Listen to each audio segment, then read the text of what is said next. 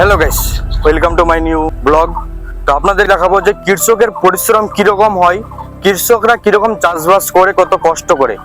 দিন রাত সমান কৃষকরা অনেক কষ্ট করে চাষবাস করে, অথচ কৃষকরা ন্যায্য মূল্য দাম পায় না। শুধু সবজি নয়, ধান, গম, পাট যে কিছু বিক্রি করতে গেলে কৃষকরা সঠিক দাম পায় না। আমরা এখন নিজের কানে শুনে নেব কৃষকদের কত কষ্ট হয়, কত পরিশ্রম হয়, কৃষকদের দাবি কি আছে, সবজির দাম বাড়বে কি না, কৃষকরা সঠিক দাম পায় কি না, সেই কৃষকের কাছ থেকে আমরা জেনে নেব। কৃষকরা কি বলতে চায় এখনই জেনে নেব।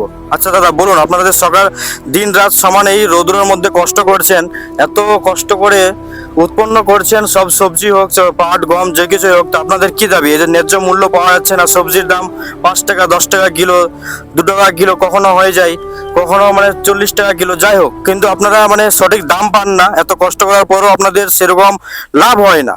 লাভ ছাড়া তো বিজনেস চলে না। আপনাদের কি দাবি?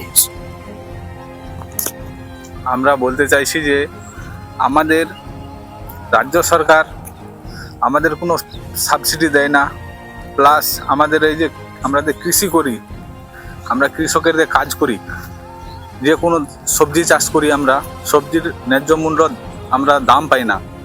আমাদের সবজির কোনো দিন ফেলে দিতে হয়, কোনো দিন কৃষক বাজারে রেখে আসতে হয়, কিন্তু আমরা যখন কীটনাশক বিষ কিংবা সার নিতে যাই তখন আমাদের এক্সেস দাম নেই, প্রচুর টাকাতে কিনতে হয়। হ্যাঁ, আমাদের প্রচুর টাকাতে কিনতে হয়। আমরা 1 কেজি সবজি বিক্রি করি ন্যূনতম 5 টাকা, 6 টাকা, 10 টাকা কেজি।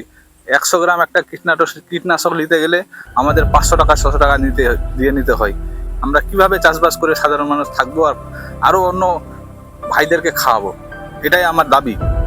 সবজির দাম একটু বাড়ানো হোক, যাতে কৃষকরাও দিন রাত যে কষ্ট করছে সে দিন রাত কষ্ট করার যে ফল পাক। কৃষক মন্ত্রীর কাছে এটাই আবেদন যে আপনারা একটু কৃষকদের দিকে একটু দেখুন। ধন্যবাদ।